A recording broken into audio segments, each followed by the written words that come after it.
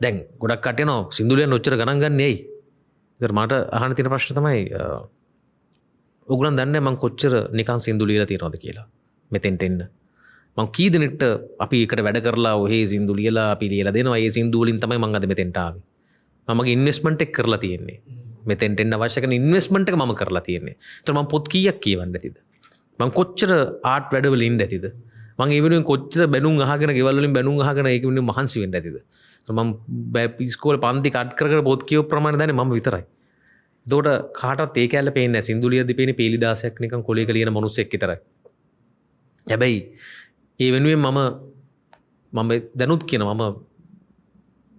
නිකන් ලියපු සින්දු ප්‍රමාණය මං හිතනවා ලයිබ්‍රරි එකක් පුරවන්න තරම් ලියලා ඇති නිකන් ලියලා දීලා කට්ටියට ඒ මහන්සිය තමයි ඒ මහන්සිය ප්‍රතිඵලය තමයි මං හිතන්නේ මං දැන් භුක්ති විඳින්නේ